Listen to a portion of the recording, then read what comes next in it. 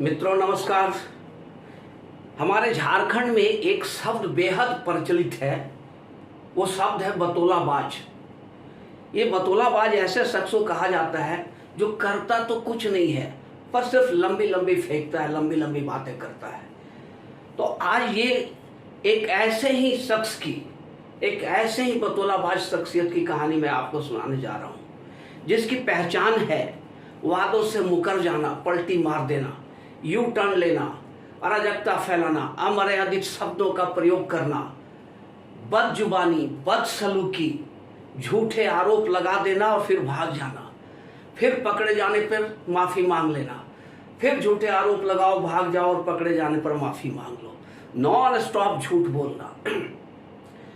मेरे ख्याल से आप समझ रहे हो कि मैं किसकी बात कर रहा हूँ, और आप सही समझ रहे हैं मित्रों, मैं आदरणीय श्री केजरीवाल जी की ही बात कर रहा हूँ। ये सब उनकी पहचान है और इसी पहचान के साथ उन्होंने राजनीति में अपना पहला कदम रखा। जैसे ही पहला कदम रखा राजनीति में, हिंदुस्तान के स्थापित दलों में स्थापित बड़े बड़े स्थापित नेताओं पर हल्ला बोल दिया। बिना किसी तथ्य, बिना किसी सबूत के तमाम झूठे आरोप उन लोगों पर लगाना शुरू किया। सारे नेताओं को झूठा, भ्रष्ट और बेईमान, परिवारवादी बताना शुरू किया। सारे चोर हैं जी, सब चोर हैं, सब चोर हैं। ये इनका तकिया कलाम था। पर इन्हें ये नहीं मालूम था कि एक दिन जब वक्त करवट लेगा तो फिर इन्हें उन्हीं नेताओं के दरवाजे पर, उन्हीं के चौखट पे जाना होगा। और वाकई आज वक्त ने करवट लिया। केजरीवाल की तमाम बदतमीजियां, तमाम बदजुबानी, तमाम झूठ का हिसाब होने का जब समय आया, आज स्थिति ये है कि केजरीवाल जी के ऊपर ईडी सीबीआई का घेरा कसता जा रहा है। इनके दो मंत्री अभी जेल में है, तीसरे की नंबर लगी हुई है और अब इनकी भी नंबर लगने वाली है जेल जाने की। तो शिकंजा धीरे धीरे धीरे धीरे कस रहा है इन पर, घेरा तंग होता जा रहा है और वैसे ही इनकी छटपटाहट बढ़ती जा रही है। और इसी दरमियान इन्हें एक राहत की सांस लेने का मौका आया जब सुप्रीम कोर्ट ने एक वर्डिक्ट दिया, एक फैसला दिया, जो 8 साल से केस चल रहा था कि दिल्ली में अधिकारियों की ट्रांसफर पोस्टिंग का जो अधिकार है वो किसके पास हो, एलजी के पास हो या सीएम के पास हो। तो सुप्रीम कोर्ट का वर्डिक्ट आया कि दिल्ली के जो ब्यूरोक्रेट्स हैं उनके ट्रांसफर पोस्टिंग का अधिकार चुनी हुई सरकार के पास होनी चाहिए। अब ये जैसे ही फैसला आया, केजरीवाल और उनके तमाम साथी तहमद उठा उठा कर, लुंगी उठा करके डांस करना शुरू किए।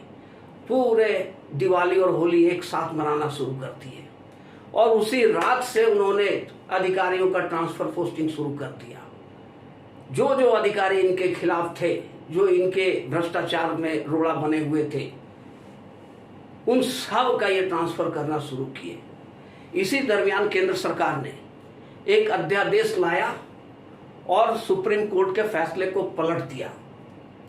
अब ये तड़प के रह गए और इसी तड़प में ये 8,400 किलोमीटर का दूरी नाप लिए, पूरे हिंदुस्तान में दौड़ते रहे। हर चौखट पे इन्होंने नाक रगड़ा। हर विरोधी दल जिसके नेता जिसको इन्होंने गालियां दी थी उसके दरवाजे पर गए, उसने भी इज्जत से इन्हें माला पहनाया, चाय पिलाया और जलता कर दिया। कोई ठोस आश्वासन इन्हें नहीं दिया। जिस कांग्रेस को ये पानी पी पी कर गालियां देते थे, जिस राहुल गांधी को ये बेवकूफ कहते थे, मजाक उड़ाते थे, देखो वक्त ने कैसा करवट बदला कि आज उसी राहुल गांधी के दरवाजे पर इस केजरीवाल को नाक रगड़नी पड़ रही है। मिलने के लिए गिड़गिड़ा रहे हैं, समय मांग रहे हैं, पर वही राहुल गांधी ने इन्हें कोई समय नहीं दिया।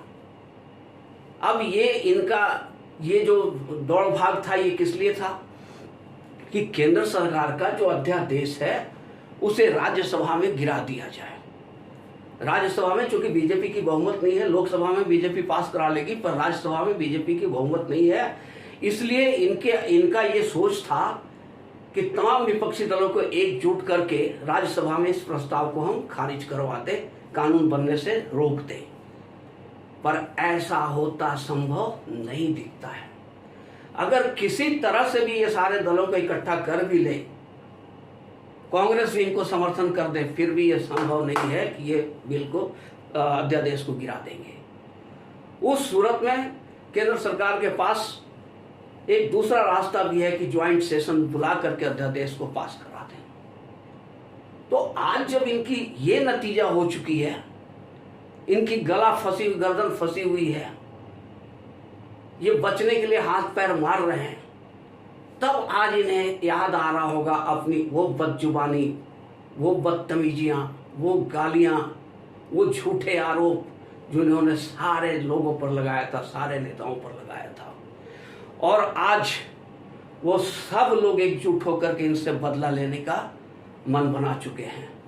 तो मित्रों, राज्यसभा में ये जो केंद्र सरकार का अध्यादेश है, ये तो पास होना ही होना है, इसको कोई रोक नहीं सकता है। और केजरीवाल की उड़ान पर लगाम लगनी ही लगनी है। अगर इनकी उड़ान पर लगाम नहीं लगी तो ये सारी व्यवस्था को छिन्न भिन्न कर देंगे। एक ऐसा इंसान जो खुद को एनार्किस्ट कहता हो, उसके हाथ में निर्वाध सत्ता चली जाए तो फिर क्या होगा, ये सब सोचने वाली बात है। मित्रों, अगर आपको वीडियो पसंद आया हो तो एक लाइक और चैनल को सब्सक्राइब जरूर करेंगे। धन्यवाद।